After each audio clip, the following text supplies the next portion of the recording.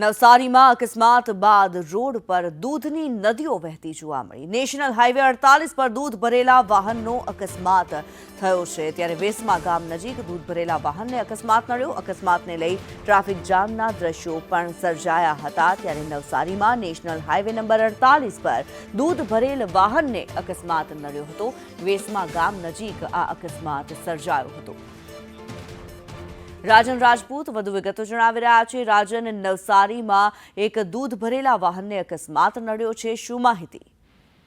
જી બિલકુલ કિન્નરી, અકસ્માતની વિગતો અંગે જો આપને જણાવું તો નવસારી શહેરને અડીને પસાર થતો નેશનલ હાઈવે નંબર 48 ઉપર વહેલી સવારે ટેન્કર અને કન્ટેનરને અકસ્માત નડ્યો હતો।